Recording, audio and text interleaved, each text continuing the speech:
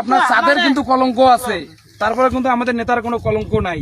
আর তুহিন ভাই কিন্তু এখন পর্যন্ত এমপি হইতে পারে নাই। ফেব্রুয়ারির 5 তারিখ কিন্তু ভোট, আর আমরা কিন্তু বিগত 17 বছরে কাউকে কোনো ভোট দিবার পারছি? ভোট কিন্তু কাউই দিবার পাই নাই। কাজে এবার আমাদের যে ভোট, এই ভোটে অবশ্যই আমাদেরকে সকলকে ঐক্যবদ্ধভাবে আমাদের এই ডোমার ডিমলাটাকে এগিয়ে নিতে গেলে অবশ্যই এই ব্যক্তিটা, এই যে তুহিন ভাই, মনে করেন যে আপনার চাঁদের কিন্তু কলঙ্ক আছে, তারপরে কিন্তু আমাদের নেতার কোনো কলঙ্ক নাই। আর তুহিন ভাই কিন্তু এখন পর্যন্ত এমপি হইতে পারে নাই। তারপরও বিগত 31 বছরে উনি যত উন্নয়ন করছে এগুলা কিন্তু বলার বাইরে।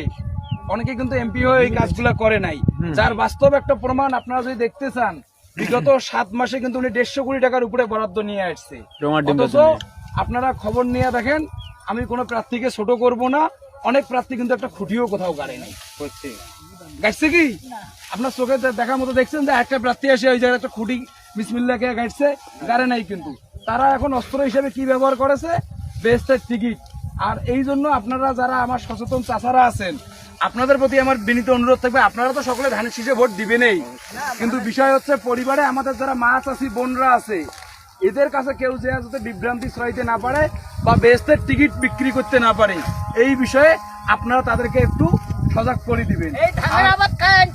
খালেদা আনছে, এই তো চাচা ঠিক কথা কইছে, খালেদা জিয়া আনছে, শহীদ জিয়া আনছে।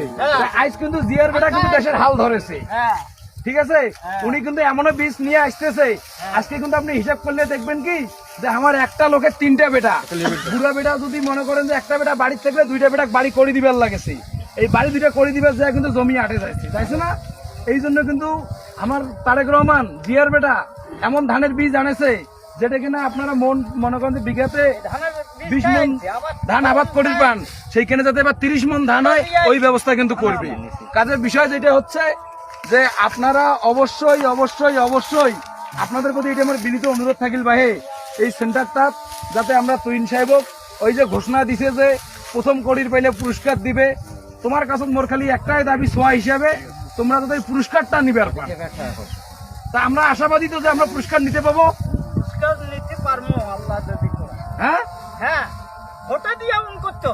উইন মানে আমার কথা হচ্ছে যে আটগড়িপাড়া সেন্টারে যদি আমাদের 2000 ভোট কাউন্ট হয়, আমরা 2000 ভোটেই দিব হচ্ছে তুহিন ভাইকে, এবং ধানের শীষের বাক্স আমরা পুরো মনে করেন যে স্বচ্ছতার ভিত্তিতে আমরা একদম মনে করেন যে ভরাট করে দিব এবং ওনাকে বিপুল ভোটে ফার্স্ট করবো।